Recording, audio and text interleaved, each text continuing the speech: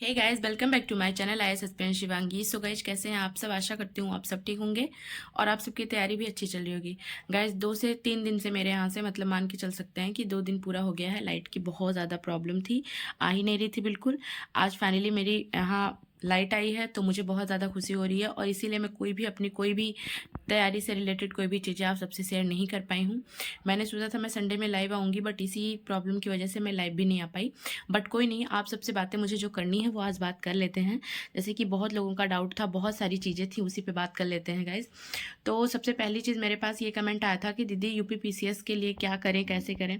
तो भाई मैंने बताया था पिछली वीडियो में कि यूपी पीसीएस का नोटिफिकेशन आ चुका है 20 फरवरी को, है ना। और अब इसके फॉर्म भरने शुरू हो गए हैं। टोटल पदों की संख्या 200 है और जो इसका लास्ट डेट है फॉर्म भरने का वो 23 मार्च है, राइट। पेपर आपका एग्ज़ाम अक्टूबर में होगा। तो अभी तक अक्टूबर में आपका एग्ज़ाम है, भले ही जितना भी है। मेरा मानना यह है कि अगर आप कोई एग्ज़ाम को टारगेट बनाकर स्टडी करते हैं तो मुझे ऐसा लगता है तैयारी में आपका एक अलग ही जोश आ जाता है, राइट। अब जो लोग भी यूपीएससी 2025 के लिए प्रिपेयर कर रहे हैं, जो लोग ये अटेम्प्ट देंगे, उन लोगों की तैयारी बहुत अच्छी होगी। करंट की भी ठीक है और जीएस की भी बहुत अच्छी तैयारी होती है, साथ में सी साइड की भी। तो वो लोग तो बिल्कुल दे सकते हैं, उन लोगों को तो फॉर्म भरना चाहिए। बाकी अदर लोग भी जो हैं, जो अभी 26 में अटेम्प्ट देने के लिए सोच रहे हैं कि यूपीएससी का अटेम्प्ट 26 में देंगे, बट वो लोग प्रिपेयर कर रहे हैं, तो उन लोग की भी तैयारी का एक एक धीरे धीरे लेवल होने लगता है। अगर आप थोड़ा थोड़ा करके भी अपने सिलेबस को कवर करते हैं तो एक टाइम पे लगता है कि हाँ, हमारी तैयारी हो रही है। और अगर नहीं भी हो रही है तो आप यूपी पीसीएस को टारगेट करके, भले ही आप अटेम्प्ट 26 में दो यूपीएससी का, लेकिन आप यूपी पीसीएस तो टारगेट कर ही सकते हो। फॉर्म भी भर सकते हैं और आप आराम से एग्जाम भी दे सकते हैं। अब रही बात इसकी प्रिपरेशन करने की, कैसे क्या, तो भाई देखो, अभी आपके पास जो टाइम है, अक्टूबर में आपका एग्जाम है, इसमें आप कुछ भी प्रीलिम्स अलग मत करो, कुछ भी मेंस मत अलग करो, फुल्ली अपने सिलेबस को कवर करने की कोशिश करो, राइट। जो कि आपको पता है कि वो भी स्टैटिक, उसमें क्या क्या सब्जेक्ट्स आएंगे, कैसे कैसे क्या ही चीज़ें होंगी, है ना। तो उसका आपको पता होना चाहिए। सिलेबस को आप अच्छे से कवर करो। चीज़ें बहुत चेंज होती है, मैं बिल्कुल भी ये नहीं कहूँगी कि यूपीएससी की सारी चीज़ें सिमिलर उसमें पूछा जाता है, क्योंकि इसमें क्वेश्चन का लेवल अलग होता है, उसमें क्वेश्चन का लेवल अलग होता है, राइट। लेकिन अगर आप पीवाईक्यूज देखेंगे, पीवाईक्यूज एनालिसिस करेंगे, तो आपको समझ में आ जाएगा कि यूपी पीसीएस में कैसे क्वेश्चन आ रहे हैं और कैसे हम अपने इसी स्टडी के साथ साथ उसको भी लेकर मैनेज कर सकते हैं, राइट। तो जो लोग 26 में यूपीएससी देना चाहते हैं और वो लोग प्रिपेयर करें, उनके लिए तो बहुत अच्छा मौका है, मतलब बहुत ही ज़्यादा। साथ में जो लोग यूपी 25 में दे रहे हैं यूपीएससी, उनका एक तैयारी अच्छा है, थोड़ा सा उनको थोड़ा सा चेंज करना पड़ेगा अपना। जैसे ही मई में प्रीलिम्स खत्म होता है यूपीएससी का, आराम से वो अपना टारगेट कर सकते हैं मई से। जून जुलाई अगस्त 3 महीने, है ना, अक्टूबर। तो ऐसा कुछ भी नहीं है। देखो, पढ़ाई अगर आपकी स्टडी है तो एग्ज़ाम देना चाहिए, क्योंकि एग्ज़ाम देने से एटलीस्ट आप सीखते हैं, है ना। और बहुत ज़्यादा एक्सपीरियंस होता है आपको, तो एग्ज़ाम देना चाहिए। तो आप फॉर्म भरो, मैं तो यही सजेस्ट करूँगी, मैं खुद भी भरूँगी। एंड देखते हैं फिर जो भी होगा। तो ये था मेरा कुछ बताना है आप लोगों को। जैसे जो लोग भी बहुत कन्फ्यूजन में थे कि दीदी क्या करें, फॉर्म भरे या ना भरे, हमें 26 में यूपीएससी देना है या फिर हम 25 में यूपीएससी के लिए तैयारी करें। तो आई होप मैं आप सबके इस क्वेश्चन का जवाब दे पाई होंगी। तो कुल मिला के मैं यही कहनी थी, मैं भी खुद भी फॉर्म फिल करूंगी, अभी मैंने नहीं किया है, तो आप लोग भी करिए। अगर आप पीवाईक्यूज देखेंगे तो आपको आइडिया लग जाएगा, राइट। तो ये सारी चीज़ें।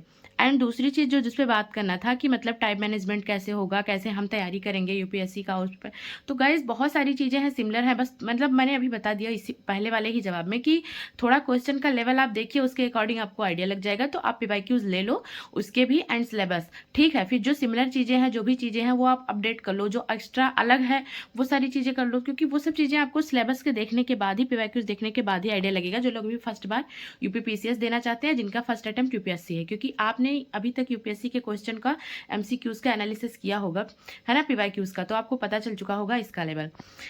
एक क्वेश्चन ये था कि दीदी कितने टेस्ट सीरीज लगा अगर हमें 25 में देना है अटेम्प्ट। तो देखो भाई, वो तो आप पे डिपेंड करता है कि आप कितने टेस्ट सीरीज लगा रहे हैं। लेकिन अगर बात करें कि बहुत सारा टेस्ट सीरीज लगाने का कोई मतलब नहीं कि आप बहुत ही ज़्यादा लगा लें, 50-60 लगा लें, क्योंकि आप पहले एक टेस्ट सीरीज सॉल्व करो, उसके बाद जो आपके क्वेश्चन गलत हो रहे हैं वो एनालिसिस करो। कुछ क्वेश्चन उसमें ऐसे होंगे जो आपके फर्स्ट में फर्स्ट नज़र में सॉल्व हो जा रहे होंगे, है ना, ईजी होंगे। कुछ ऐसे होंगे जो मॉडरेट होंगे, कुछ ऐसे होंगे जो आपको बिल्कुल आ ही नहीं रहे होंगे, है ना।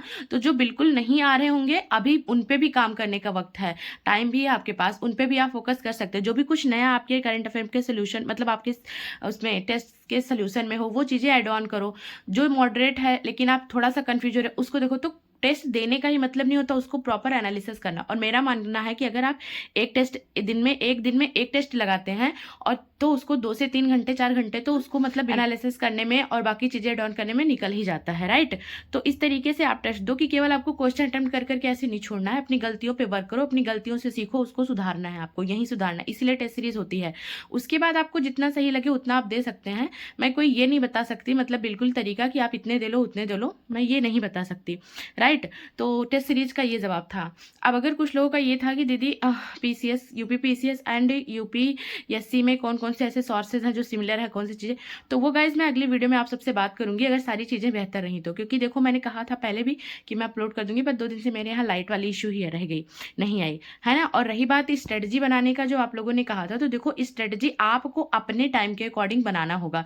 मैं आपको कोई भी स्ट्रेटजी बना के दे दूं, राइट, कि भाई ये वाली स्ट्रेटजी फॉलो कर लो, ये मैं कर रही हूँ, तो मुझे नहीं पता कि आपके पास 2 घंटे हैं डेली के, 6 घंटे हैं या 10 घंटे, आप कितने टाइम स्टडी कर सकते हो, राइट। तो आपको अपने टाइम के अकॉर्डिंग एंड मंथ के अकॉर्डिंग एंड सिलेबस के अकॉर्डिंग तीनों चीजें देखो, स्ट्रेटजी हमेशा तीनों चीजों को नजर में रख के बनती है कि आपके पास पर डे टाइम कितना हुआ है ना, आपके पास एग्जाम से डेटा भी कितना टाइम, आपका सिलेबस कितना, क्या आप बिल्कुल बेसिक से शुरू कर रहे हैं या फिर आपकी एक लेवल की तैयारी है। तो ये सारी चीजें हर इस एस्पिरेंट को अपनी चीज़ें खुद पता होती हैं, अपनी वीकनेस, उसकी स्ट्रेंथ, उसका टाइम, सारी चीज़ें, है ना। कोई ऐसा होता है एक बार में बैठ के 4 घंटे पढ़ पाता है, तो वो आप बनाएंगे ना कि मतलब आपको पता होगा कि आप एक बार में बैठ के 4 घंटे पढ़ सकते हैं, 3 घंटे स्टडी कर सकते हैं। तो ये चीज़ें मैं उतना बेहतर नहीं बता पाऊंगी, राइट। तो आप अपने टाइम के अकॉर्डिंग जितना आपके पास टाइम है, जितना आपके पास सिलेबस बचा हुआ, अगर आप बिल्कुल अभी तक नहीं कवर किया है, बिल्कुल जीरो से शुरू करना चाहते हैं यूपीपीसीएस के लिए, तो उसके अकॉर्डिंग अपना बनाइए। बस इतना ज़्यादा मत बना लीजिए अभी तुरंत से, अगर आप बिल्कुल स्टार्ट कर रहे हैं तो अभी 16 घंटे, क्योंकि अगर आप, बहुत लोग होते हैं ना कि फर्स्ट डे बनाने बैठते हैं तो उनका स्टार्टिंग में 10 से 15 घंटे बना लेते हैं, उसके बाद क्या होता है अगर एक दिन फॉलो भी कर लिया तो दूसरे दिन नहीं हो पाता है। तो ऐसा बनाइए जिसमें अच्छे से आप फॉलो भी कर सकें, राइट। और कोशिश करिए कि आप 3 टारगेट जरूर बनाइए, एक डेली का बनाइए, वीकली का बनाइए, मंथली का बनाइए, राइट। साथ में स्टडी के साथ साथ अभी से रखिए, मैं थोड़ा आपको आइडिया दे रही हूँ कि जितना आप रखिए पढ़ने का, उसमें 1-2 घंटे अलग से डन कर लीजिए, जितना आपको टाइम मिल पा रहा है अपने टाइम के अकॉर्डिंग, कि इतने टाइम मुझे रिविजन भी करना है, इतने टाइम मुझे अपने रिविजन के लिए रखना है, ठीक है। तो इस तरीके से आपकी स्ट्रेटजी बनाई जा सकती है। और रही बात कुछ चीज़ें, तो मैं कुछ चीज़ें अगली वीडियो में आप सबसे शेयर कर दूंगी, थोड़ा बहुत आइडिया आप सबको लग जाएगा। तो गाइज ये कुछ तरीका जो आप लोगों का कमेंट था, 3 कमेंट था, उस पर मैंने बात कर लिया। अब रही बात करंट के लिए, कि बहुत लोग कह रहे थे कि दीदी अगर हम यूपीपीसीएस दे रहे हैं तो हमें कितने दिन का करंट पढ़ना चाहिए, तो इस पर भी बात कर लेते हैं। सबसे पहली चीज़ कि अगर आप एक यूपीएससी एस्पिरेंट है, आप अभी तक 25 के लिए तैयार कर रहे हैं, तो देखिए 25 में ऑलरेडी आपको एक मतलब यूपीएससी के लिए आपको ऑलरेडी 1 से 1.5 साल का करंट अफेयर पढ़ना होता है, राइट। लेकिन ये इसका भी थोड़ा करंट का लेवल अलग होता है, लेकिन फिर भी आप पढ़ते तो आ रहे हैं ना, बहुत सारी चीज़ें हैं जो आपके नॉलेज में हैं। तो आपको आपने इतना पढ़ने के बाद जो आपके इस एग्जाम को टारगेट करके पढ़ रहे हैं, उससे एक्स्ट्रा आपको अक्टूबर में पेपर है तो अक्टूबर का आप तो पढ़ना पड़ेगा, राइट। लेकिन अगर आप यूपीएससी 2025 की तैयारी नहीं कर रहे हैं, आप 26 में अटेम्प्ट देना चाहते हैं, तो 1 साल का करंट अफेयर बहुत है आपके लिए, बहुत ज़्यादा है। मतलब 1 साल करंट अफेयर आप कर सकते हैं, चाहे अभी से आप कोई मंथली मैगजीन उसके लिए फॉलो कर लीजिए या ऑनलाइन, जैसा भी आपको मतलब सही लगे आप अपने अकॉर्डिंग देख सकते हैं। तो ये करंट अफेयर हो गया। यूपीएससी में ही बोला जाता है 1 से 1.5 साल का करंट अफेयर, और पीसीएस में भी 1 से 1.5 साल का ही करंट अफेयर है, बहुत ज़्यादा नहीं पढ़ना। ये 3 से 4 साल का करंट अफेयर ही लग गया, मतलब स्टैटिक कवर ही नहीं हो रहा, बिल्कुल करंट अफेयर के पीछे आप लोग परेशान है, ऐसा बिल्कुल मत करिए। हर एग्जाम में चाहे वो यूपीएससी हो यूपीपीसीएस हो, स्टैटिक अपना स्ट्रांग रखिए, स्टैटिक बहुत ज़्यादा, क्योंकि उसमें अगर कोई भी क्वेश्चन ऐसा नहीं होगा जो ऐसे डायरेक्ट करंट अफेयर से आ जाता है, राइट। चाहे वो यूपीएससी होगा, कुछ भी ऐसी जो भी चीज़ें होती हैं वो स्टैटिक से आपके ऐड करके ही पूछी जाती हैं। तो ये हो गया। अब अगर बात करें सबसे ज़्यादा तो ऑप्शनल का था, देखिए यूपीएससी का, लेकिन यहाँ यूपीएससी के लिए कमेंट आया था कि दीदी ऑप्शनल का कैसे क्या है, प्लीज़ बता दीजिए, बहुत परेशान थे। तो मैं आपको इसमें थोड़ी सी चीज़ें शेयर कर देती हूँ, क्योंकि देखिए पहली बात तो देखो फॉर्म तो 25 में भर ही दिया होगा, मतलब जिसको यूपीपीसीएस देना। 26 वाले जितने भी लोग ये पूछ रहे थे कि ऑप्शनल का क्या करें, कैसे क्या करें, एक लोगों का ये था कि दीदी एक सब्जेक्ट ऑप्शनल में ले लिया, 2 बार मेंस भी ले चुके हैं, बट फाइनल सिलेक्शन नहीं होता। तो देखो भाई अभी मैंने दिया नहीं है एग्जाम, मैं आपको बहुत अच्छे से तो नहीं गाइड कर सकती, ये चीज़ मैं क्लियरली बोल रही हूँ। अभी मेरा फर्स्ट अटेम्प्ट है, बहुत सारी चीज़ें मैंने भी सीखी है, बहुत ही चीज़ें मतलब इंसान का रहता है। बट अगर आपको मैं सच में बताऊं कि बहुत मतलब आप क्या करो, ऑप्शनल कौन सा लो, तो मैं 2 ही चीज़ें आपसे बोलती हूँ। ऑप्शनल आप वही लीजिए जिसमें आपका इंटरेस्ट हो और जिसमें रिजल्ट भी आ रहा हो, राइट। अगर आप हिंदी मीडियम है तो अपने अकॉर्डिंग देख लीजिए, और इंग्लिश मीडियम है तो अपने अकॉर्डिंग आप देख लीजिए। क्योंकि अगर आप अपने जैसे कोई भी सब्जेक्ट ऐसा है कि उसमें रिजल्ट बहुत बेहतरीन आ रहा है लेकिन आप उसमें बेहतर परफॉर्मेंस नहीं कर सकते हैं, राइट, तो कोई मतलब भी नहीं होगा। या फिर ऐसा सब्जेक्ट जो आपका बहुत बेहतर है लेकिन उसमें रिजल्ट नहीं आ रहा है, तो दोनों में नहीं होगा। तो कभी भी आपका ऑप्शनल मैं नहीं बता सकती, कोई टीचर नहीं बता सकता, कुछ भी नहीं बता सकता। कुछ चीज़ें क्या होती हैं कि खुद ही जूझने से पता चलती हैं। तो आप पिछले साल का रिकॉर्ड चेक करो, रिजल्ट चेक करो कि कौन से ऐसे ऑप्शनल सब्जेक्ट इसमें सिलेक्शन रेट बहुत ज़्यादा है, सिलेक्शन अच्छा खासा हो रहा है, ठीक है, तो वो देखो। एंड उसके बाद आप अपना इंटरेस्ट देखो कि कौन सा ऐसा, वही सिलेक्शन वाले में से देखिए कि किसमें आप बेहतर कर सकते हैं, कौन सा आपका सब्जेक्ट रहा है, कौन सा आपका किस सब्जेक्ट में इंटरेस्ट, क्योंकि ऑप्शनल का बहुत ज़्यादा रोल होता है गाइज, यूपीएससी में बहुत ज़्यादा रोल होता है, राइट। तो ये सारी चीज़ें मुझे आप सबसे शेयर करनी थी।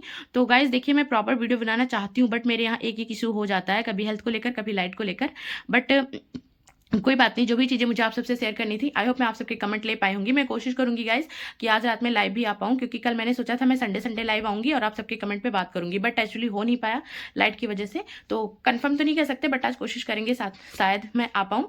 तो गाइज ठीक है, फिर मिलते हैं जैसा भी होता है नेक्स्ट ब्लॉग में। तब तक के लिए जितने भी लोग मेरे चैनल पर रहे हैं प्लीज़ वीडियो को लाइक कर दीजिएगा, चैनल को सब्सक्राइब कर दीजिएगा। मिलते हैं फिर नेक्स्ट ब्लॉग।